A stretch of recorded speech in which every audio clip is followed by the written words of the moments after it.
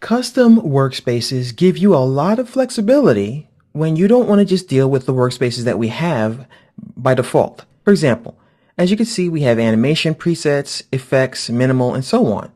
What these mean is that when we click on one of them, for example, motion tracking, After Effects is going to give us what it thinks we need for motion tracking tasks. So we might not want the info here, or we might not want certain things, or we might want to add additional things while we're working.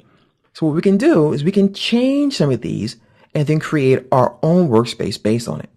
So let's go ahead and do that now. Let's create a completely unique workspace. So I'm going to actually get rid of preview by clicking on the X and the tracker. I'll get rid of info, and I'm going to go to window, and I'm going to grab the paint tool, and I'm going to grab, let's see here, effects and presets, and let's go, I'll put the preview back, why not, and we can rearrange some of these. So I'm going to take the paint, I'm going to grab the little grabber bar here, and I'm going to throw it in between these two, and I'm also going to take the composition, and I'm going to take this guy here, and I'm going to put it right in between this guy here so that the composition window and the other window live together. So I'm just doing something at random to show you that we're going to create a brand new workspace. Okay, it doesn't necessarily make sense, but when we do this, we're going to be able to have this setup appear every time we want it.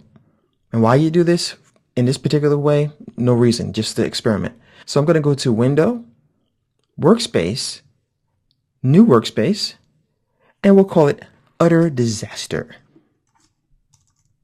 Okay, I'll go ahead and hit OK. And now when we go to the Window menu, you see that it lives not up here, but you can also see that it is right here. So our workspaces live in this area. So we have Utter Disaster right here. And we also have the other ones. So it's really cool. We can always go back to the basics if we want to. So let's say we go to standard. We're working in standard mode, and we kind of want to go back to our utter disaster. Okay, whatever task we have at hand requires this workspace. Notice that everything goes back. The height of the timeline goes all the way up like I had it. Everything is resized exactly the way I specified, which is awesome. Because some of you guys might want to have a very large project panel or a very large timeline, depending on the task. So I'm going to go and show you how to get rid of this guy now. Now, as you can see, Utter Disaster is the one that we're currently working with. The little dot tells us that, and we also see it here. So if I choose Delete Workspace, that's weird. Where is Utter Disaster? Well, After Effects won't let you delete the currently selected workspace. It's kind of a fail-safe. So I'm going to go ahead and cancel that. We will choose any different one like standard. We'll go back to the little drop down here. We'll choose Delete Workspace. And now Utter Disaster appears at the bottom. I'll go ahead and click Utter Disaster, hit OK, and it goes away.